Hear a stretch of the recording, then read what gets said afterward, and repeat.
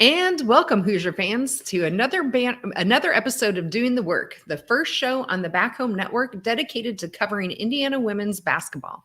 Today is our 125th episode, recorded on the evening of Wednesday, September 11th, 2024. I'm your host, Kathy Amos, and joined tonight by my co-host, Jeff Marlow.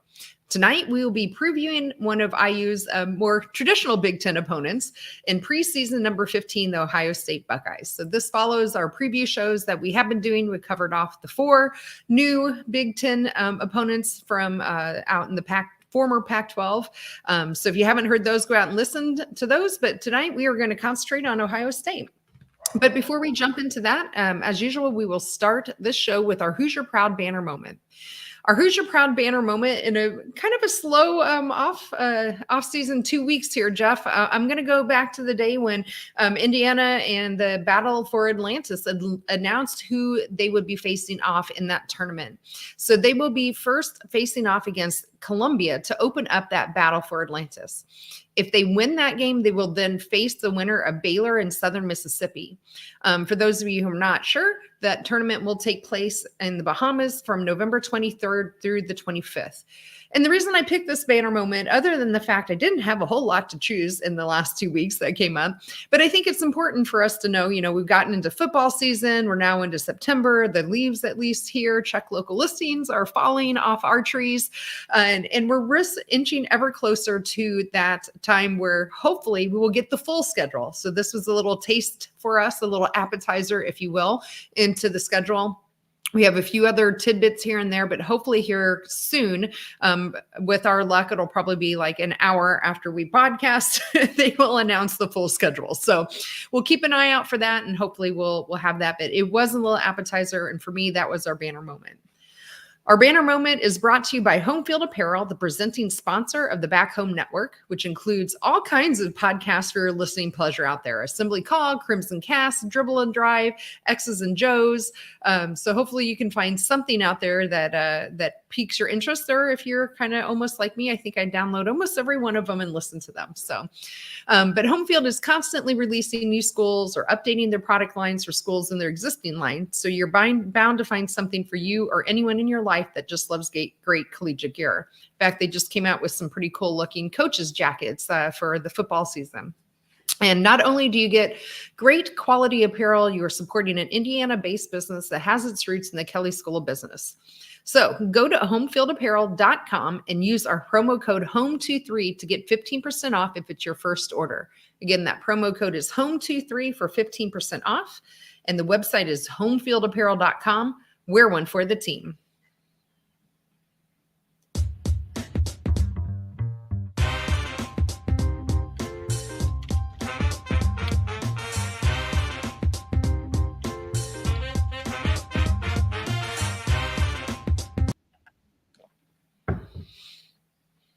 All right, Jeff. So I already mentioned it's kind of a slow news cycle. Other than the Battle for Atlantis coming out, the only other thing that really came out that might be of note is, if you haven't already, subscribe as well to another podcast if you have the time, for Hoosier Connect. They do interviews with players or former players. And if you don't have time to listen to all of them, at least go back and listen to the one from this week where Miller Kopp interviewed Mackenzie Holmes. And I think it was during that interview, Jeff, that I heard that Mackenzie, as she's rehabbing, will be also participating on the practice squad to help our women get into shape for the upcoming season. So that is about it for news. So I'm going to throw it over to you, Jeff. What is your Marlow's musings for tonight? Well, I'm not sure what the musings are for this episode because, like you said, it's been such a slow news cycle. We really haven't gotten much news. I can't remember, Kathy, it was today or yesterday, but happy birthday to Allie Patberg. I think it says she turned 29. I think was what I saw. Wow. That seemed a little old, but Allie was in college for what seemed like that, forever too. But anyway, don't quote me on the age, but happy birthday to Allie Patberg. I wouldn't be surprised about Mackenzie. I did not see that episode or listen to it yet, but but since she is a graduate manager, I would imagine she can do some of those types of things of working out on the floor with certain instances with players. So I imagine that's part of what was the allure to get her to come back and take that position, was the fact that while she's rehabbing her knee, she also could get into some basketball shape as well. and basketball skill set. So, so again, it can only help for somebody like Stripling or especially Lily.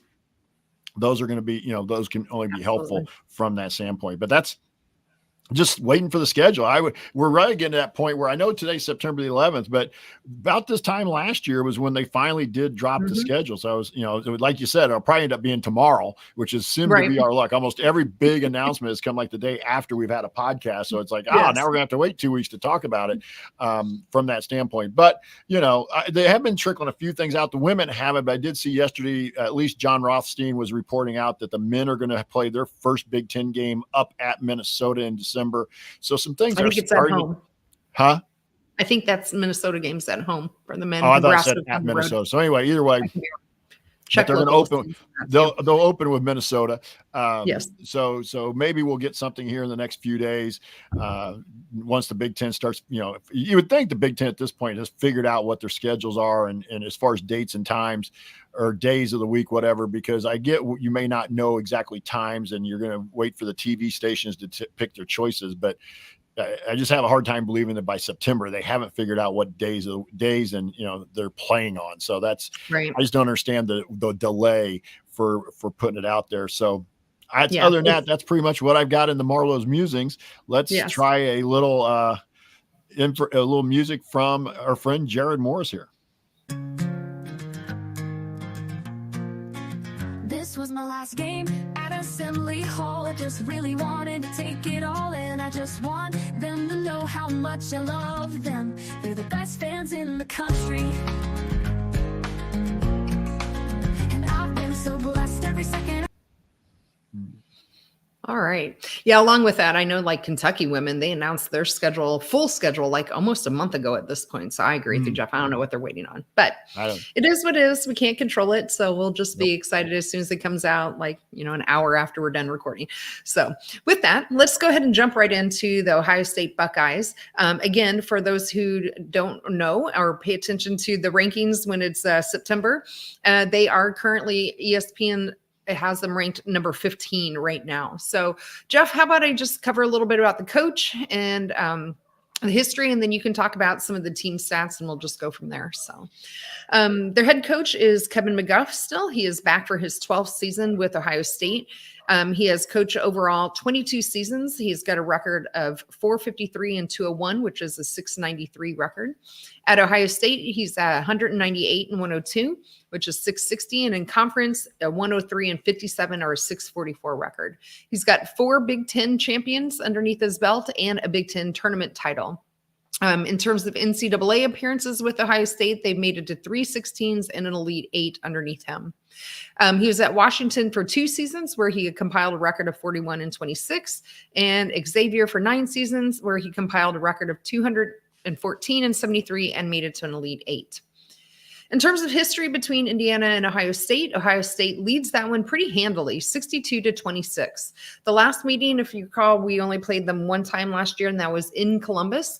Ohio State won that 74-69. IU trailed 5 at the half and then 8 after the third.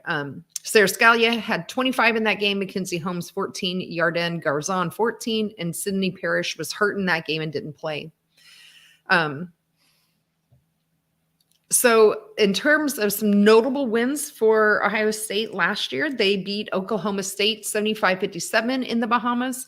They played Tennessee at Tennessee. That was a really big matchup early on in the season, and they handily won that 78-58. And I think that was the game, Jeff, where Ohio State was down at the half and came out and just really ratcheted up their press, and Tennessee could absolutely not handle it. And just Ohio State just crushed them in the second half and won that, going away by 30 points. They also beat Iowa when they played them at home, 100-92. On the losing side, last year, two interesting matchups. We covered a little bit in our other podcasts, but they played now Big Ten opponents USC and UCLA. They lost to both of them. That USC game was in Vegas, and that was their season opener. They lost 74-83. The UCLA one was at home, though, and they lost that 77-71.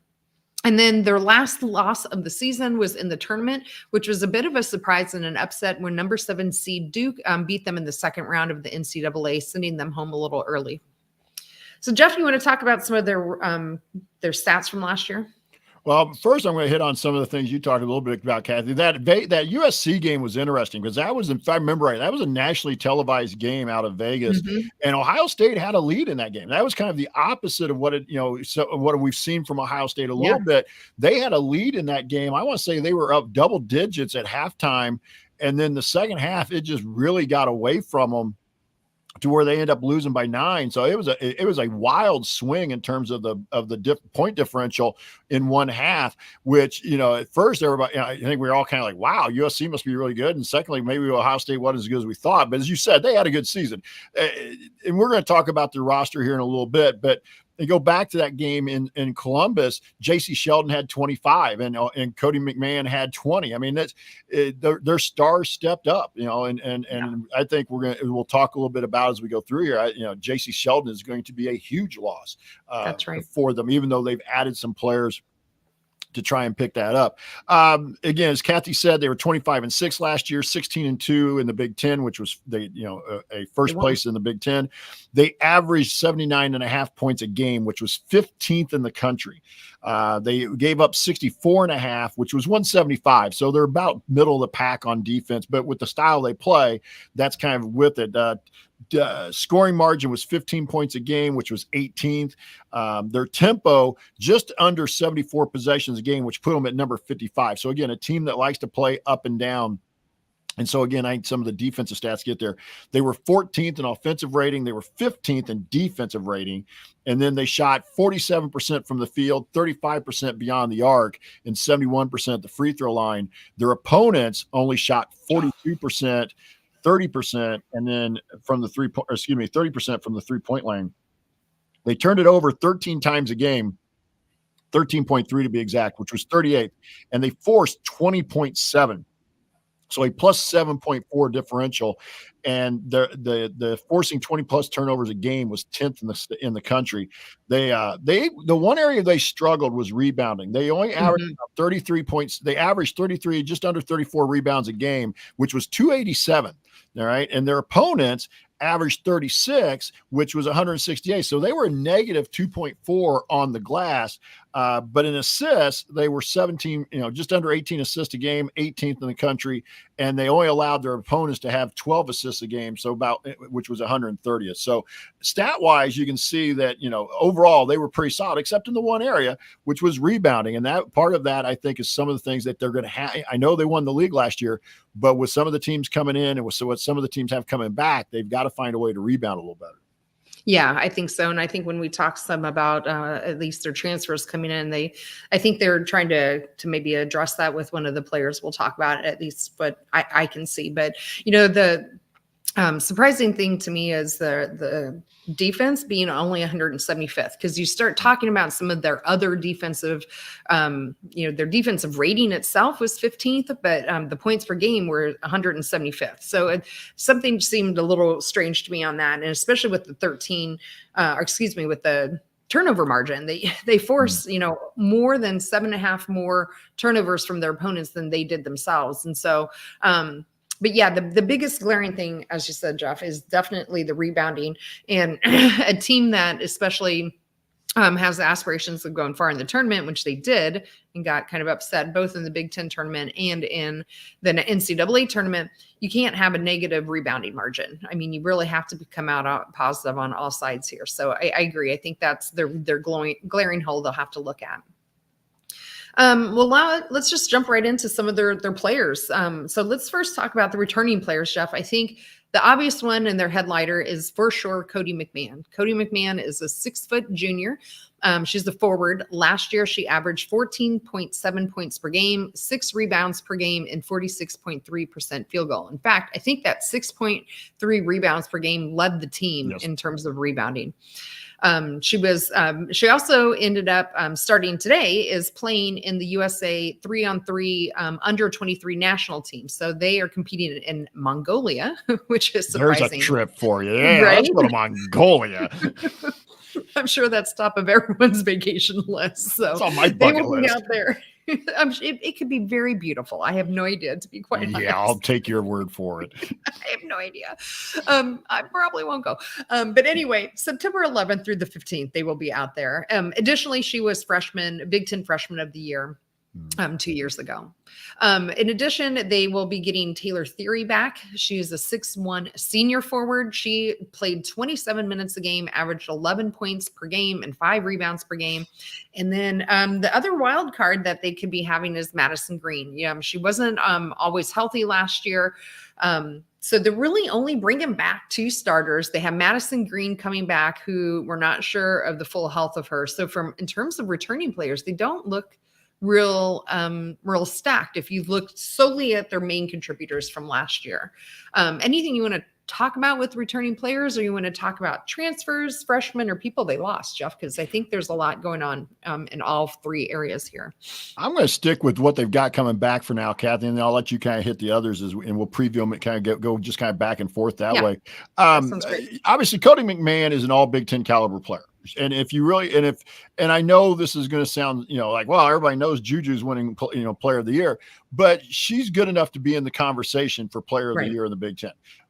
That's how good. I felt like last year, maybe, I don't want to say took a step backwards, but kind of got maybe plateaued a little bit last year after her freshman year, where she really kind of hit the scene really, well, and really announced herself as one of the best players in the league and one of the best freshmen in the country as a whole.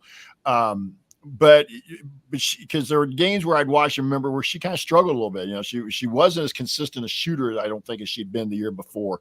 And I know her field goal percentage looks pretty good, but I just remember there were some games, especially against some of their better opponents, where she kind of, maybe it just kind of faded away at times and things. So, but Cody McMahon is a legit talent. I think we all IU fans recognize that.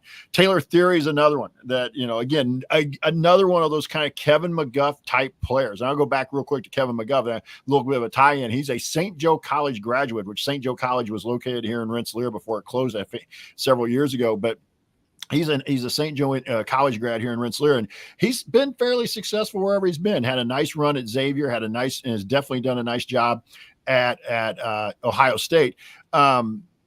And you talk about the margin, 62-26. Ohio State's been one of the elite programs in the league pretty much since we started playing women's basketball in the Big Ten. So, and so that's part of it.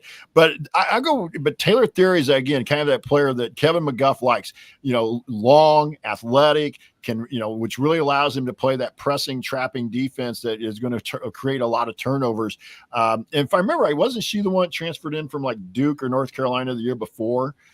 Or Michigan State, where it was, so honestly, she transferred in last year. Yeah, that's right. And then for me, it's Madison Green. And I think a lot of people, again, she's the X factor. And I was the one that put this in the run sheet because she was still on the roster. I was a little surprised. I thought maybe she might have went ahead and been done, but she was still on the roster on their website. And if she's healthy, if she can overcome the knee injuries, 2 years ago, coming into the season, or maybe even 3 years ago now, she was an all Big Ten level guard. She was, she had started her whole freshman year, and then it blew out a knee in preseason practice before her sophomore year, came back the next year and started, it was healthy, but only played a handful of games, maybe 8-9 games before she injured again. She was out. And then last year, she really never did quite get back into the rotation. And I wasn't sure if that was because of the talent around them that Kevin McGuff had gone out and got, or whether she just wasn't ever completely healthy last year. Because when you get that many knee injuries like that, it may sometimes be an 18-month to 2-year cycle to get back. So if Madison Green is healthy and can get back to where she was as a freshman, she's an elite guard. Yeah. So I just pulled up her stats. So she started her first year as a freshman, 2019-2020. At that time, she started 21 games, averaged 24 minutes. Her sophomore year, she started 15 games out of the 15 she played. I think that's when she had her knee injury. That was the first time. Yeah. She was averaging 33 minutes per game. Then the next year, she only played in 12 games, started 7 of them. And in those 12 games, she averaged 31 minutes. And then last year she played 24 games, started none of them, but only averaged 12 and a half minutes. So I think that really, to your point, it says a lot. And, her freshman year, she averaged 7.7 points, but her sophomore year, she was averaging 13.4 points per game before she went out. So I think, it'll be interesting to see. Last year they didn't probably need her, and she, like you mentioned, she had those injuries that she was coming back from still. Who knows with what they have, like we've mentioned, they've lost a couple people. So they're probably going to need her to step up for sure, if she is healthy enough to do so. So, we've been kind of dancing around it, Jeff. So let's just talk about the players that Ohio State lost, because they've lost 3 starters. They've also lost one of their key bench players as well. So 3 starters actually graduated: J.C. Sheldon, Celeste Taylor, and Rebecca Misko. I can never say her name and I feel so bad. Yeah. Miskyleskova. I'm sure that's wrong. Ricky Harris transferred to Dayton, was the other big piece. So those 4 are really the big pieces. They did also lose 2 other members of the team: Diana Collins to Alabama and Emma Shoemate to Michigan State. But let's first concentrate on the 3 starters and Ricky Harris, because I think those are the ones that, are the biggest holes again for them to fill. J.C. Sheldon, of course, is the headliner of the folks that have left Ohio State. She averaged 34 minutes last year, 18 points per game, 3 rebounds per game, and shot 49.8% from the field. Celeste Taylor, also a major contributor at 29 minutes, 10 points per game, 4 rebounds, and 3.5 assists.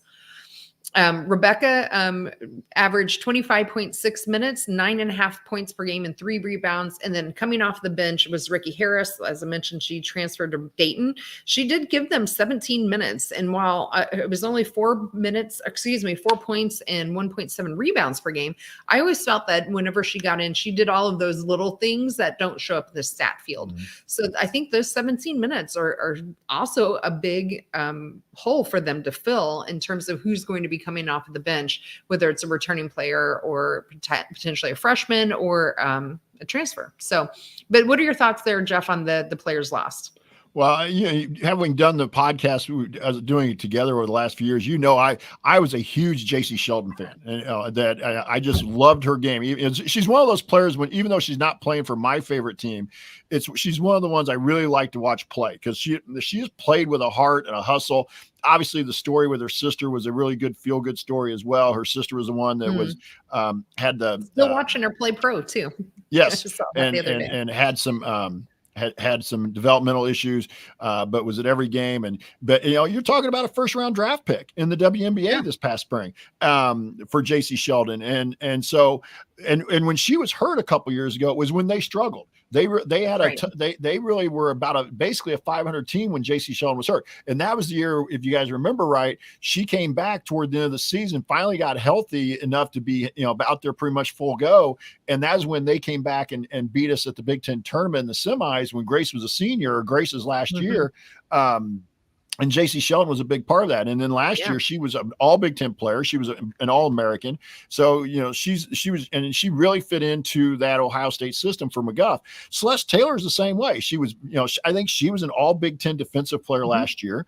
And then, obviously averaged 10 points a game, but just those two fit that mold of when I think of Kevin McGuff's teams at Ohio State, the athletic, quick, long guards that really are disruptive. And obviously J.C. Sheldon was a very good offensive player, and Celeste Taylor was no slouch. She just wasn't putting up the numbers that J.C. was. Right. The big girl need to with Cody and J.C. there. She didn't really need to. And I think the two of them combination wise, I think the biggest thing they'll miss from them is the defense, both during the press and their half court. But leadership. Yes, and the leadership from JC. I don't know how much Celeste contributed, but I'm sure as a senior there, she was, I think, 5 years there, right? Yeah. So it's like, the like with JC Sheldon, though, just a winner. That's why I was talking about her being, when she was out, they kind of, they were a kind of a 500 team when she was out a couple years ago. JC Sheldon on the floor, they won a lot. So just, a kid that was a winner, player that was a winner. The big girl, and I'll never get her name right either, Miskyleskova.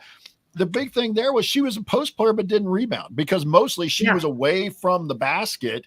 And she wasn't really kind of a Mackenzie Holmes type player. She wasn't going to get 8-9 rebounds a game just because that wasn't her kind of, her strength. So I'll be interested to see what they do filling that post role there for her. Or will Kevin McGuff play a little smaller, which can be tough to do in the Big Ten? We play a little smaller, trying to hope speed and quickness can win the day. And I agree with you about Harris. Harris was she was a good, solid role player. Yeah, absolutely. All right. So with that, how are they going to fill in those holes? So we kind of talk now about the holes and who they've lost. So first, let's talk about the transfer in. Similar to Indiana, they don't have a huge transfer class coming in, but they have a very strong transfer class coming in. They only have 2 transfers, but both of them were top 25 in the transfer ratings. So the first one is Chance Gray. She is coming by way of Oregon. She is a 5'9" junior guard. She was number 21 overall in the portal. She played 2 years at Oregon, where she averaged 36.5 minutes per game, just under 14 points per game, 3 rebounds per game, 3 assists, and shot right around 35% from the field. We talked a lot about her when we talked about Oregon and the fact that Oregon was going to have to replace her. Well, that's because Ohio State is using her to, probably fill some of that hole from JC Sheldon and Celeste Taylor is having. And then down low, they have Asia Petty, who's coming from Kentucky. She is a 6'3" graduate forward/center. She was number 17 in the portal. She played 2 years at LSU, 2 years at Kentucky, and then at her last year at Kentucky, she averaged 14.2 points per game, 10.6 rebounds per game. So she was averaging a double-double. 50.7% field goal percentage, and she was playing 31 minutes a game for Kentucky. So clearly that's who they're trying to replace their, Rebecca with down low, and trying to bolster that rebounding that we talked about. Again, she averaged 10.6 rebounds per game. So definitely something that I think they were trying to address by bringing Asia in. But thoughts on Chance or Asia and how she's going to fit into this Ohio State lineup? Well, I'll start with Asia Petty because you hit the nail on the head. I kind of set it up for us, but she is that traditional post player. You look at her; she's 6'3", forward center, not really going to shoot a ton of threes, and she averages 11 rebounds a game. So she's going to be that kid. So Kevin McGuff recognized that his post player that he was playing in Rebecca was not a high volume rebounder. And that was, again, we talked about this when we went through the stats. They were a very bad rebounding team. So he's trying to solve that puzzle with Asia Petty, but he's only going to get her for 1 year. She's a grad transfer. She'll have 1 year, but again, make the most of it in this day and age. You're using the portal to your advantage.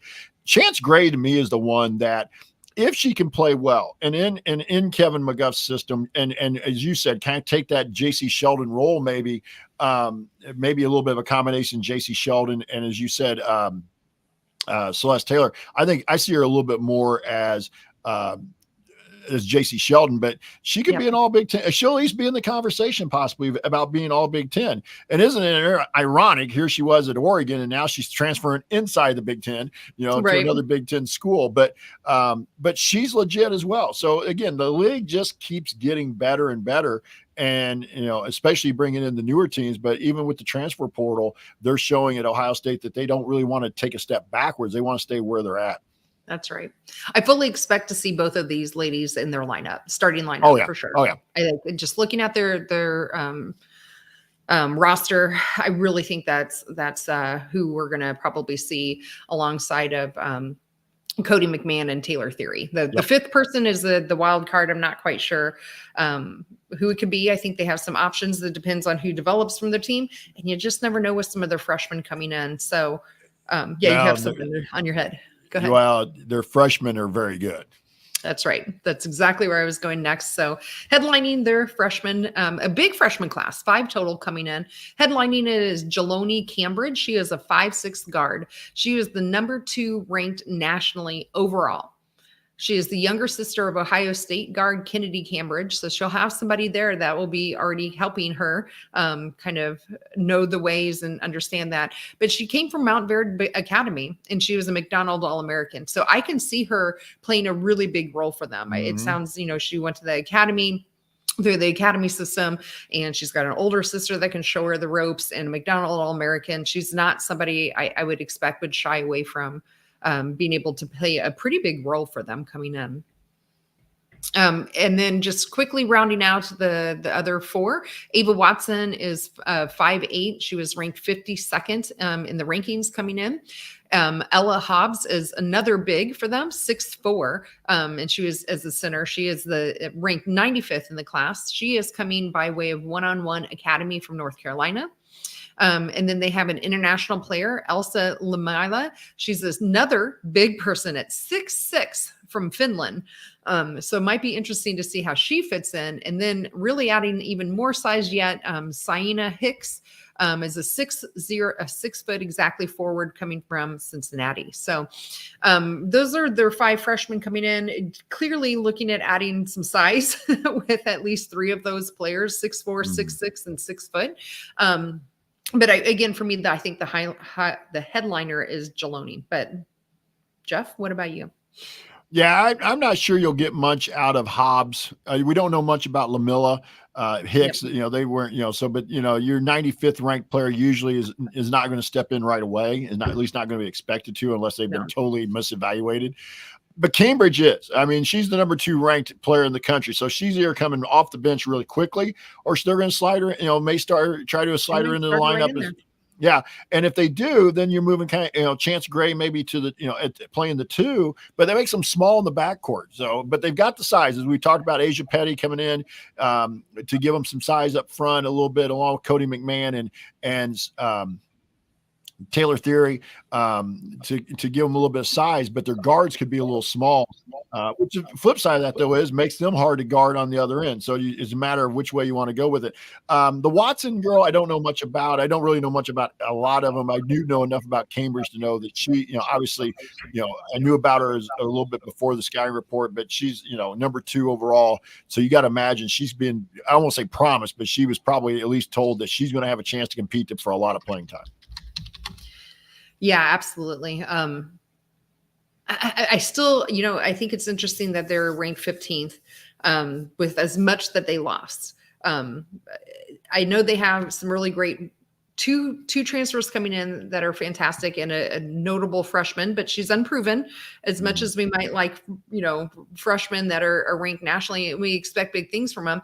But, even Yarden Gozone had a little bit of adjustment coming in, and she played, international pro ball. So I just think that's interesting, especially with the fact that they lost 3 of their starters. They only have 2 transfers coming in that are clear replacements for 2 of the 3, and they lost a pretty big role player in Ricky Harris. So, again, I'm sure, they have more time, the people putting the rankings out, than I do to go into in depth in their roster.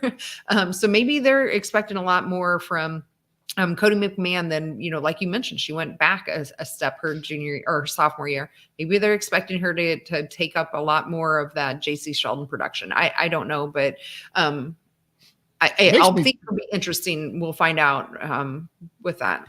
Makes me think they're underestimating the loss of J.C. Sheldon, which for me, J.C. Sheldon's a huge loss. And they think Cody McMahon is going to make that step up to a 20-point-a-game scorer, which is not out of the possibility, but you're banking on something that hasn't happened yet. And so, but like I said, I'm a little biased because I really liked watching J.C. Sheldon's game. Right. So. Yeah, I'm with you. I feel like J.C. Sheldon's going to be like their Grace Berger to replace. Might look like on paper that, Chance Grace is going to come in and just step into that role as, that lead guard. I don't think it's as easy as on paper as maybe they're making it out to be. And I think they're going to have some struggles.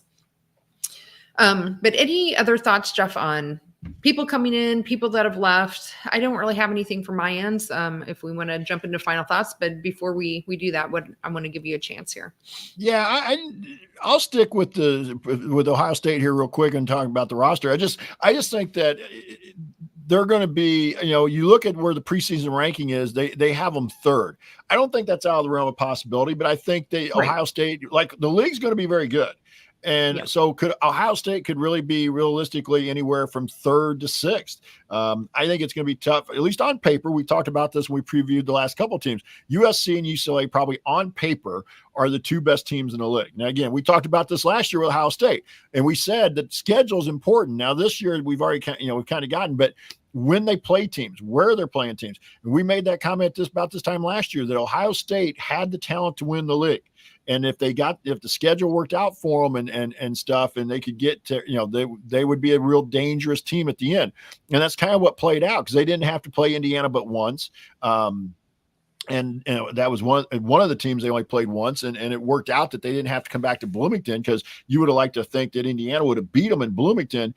But right. So schedule, when you playing, so again, I think we're talking about a team that right now is basically picked to be third in the league, but they could be sixth, maybe seventh. I'm not saying they're going to, and they'll make the tournament, but the idea that I think that right now that somehow they're the third best team on paper, I'm not sure I see that. That's right. And again, we'll have to see exactly what their schedule looks like when they come out with.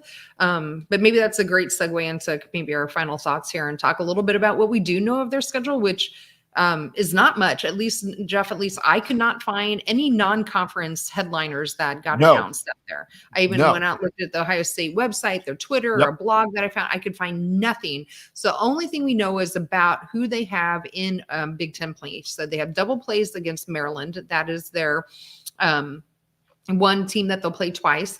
At home, they have Iowa and Illinois. And then on the road, they have Indiana, Nebraska, UCLA, and USC. So if you look at that, of their away games, 3 of those 4, Nebraska, UCLA, and USC, are all preseason ranked in the top 25. The only other ranked team right now is Illinois, and they get them at home. So in terms of what we see on paper, at least their Big Ten schedule is not looking quite as favorable as the last couple of years. Jeff, what are your thoughts? Well, I was just looking up real quick what I can pull up off ESPN's website for what their non-conference schedule is at Belmont, which Belmont has had some decent years with their women's program, at Ohio.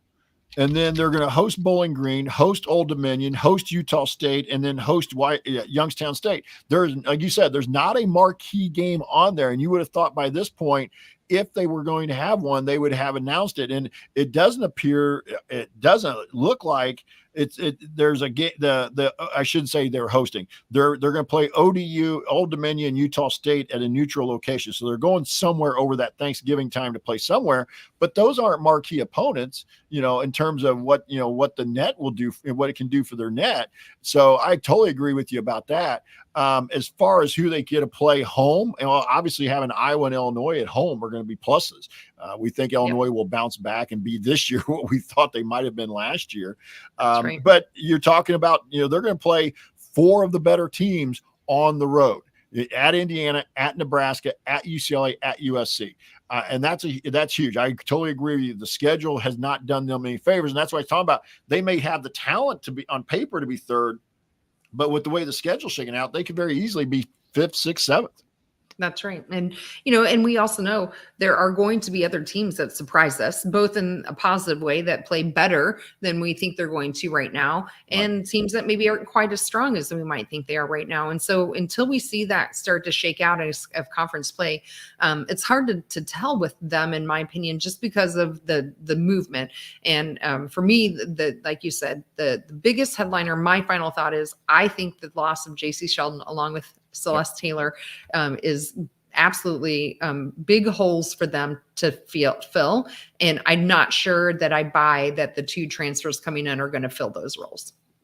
I totally agree. My final thought is that JC Sheldon especially, and as you said, Celeste Taylor, are going to be very difficult to fill. And I think Kevin McGuff may find that JC Sheldon especially is his Grace Berger, the person who made winning plays, brought a winning attitude. I'm not saying they're going way back and you're going to be bottom half of the league, but JC Sheldon, I think, is going to be a huge loss. Celeste Taylor as well, but JC Sheldon especially is going to be a very Grace Berger-like type loss. Yep, absolutely agree.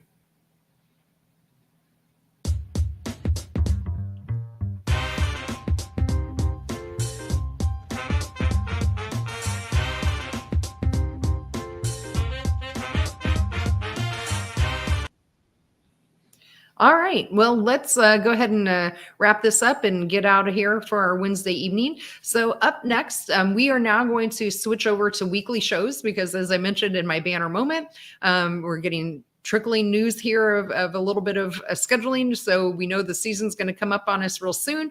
And with all the teams we want to try to preview, which we still have quite a few on our list, we're going to start going to weekly shows.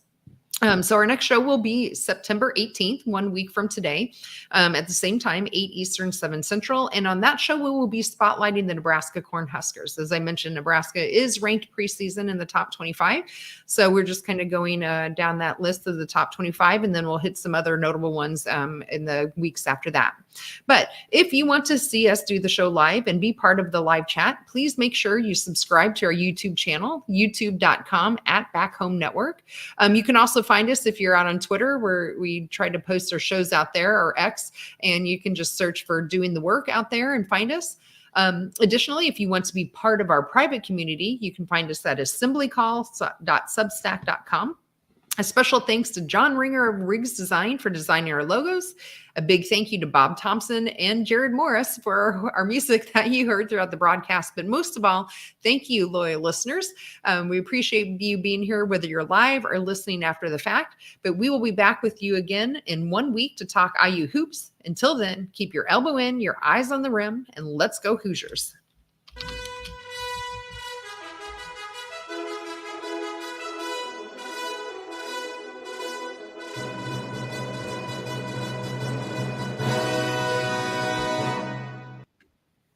All right. All right. We got to hit stop right now. We're right at 40 minutes. I saw that. Hey, everybody. We'll talk to you next week and about the Nebraska Cornhuskers. Absolutely. Take care, everyone. Have a great night. See ya.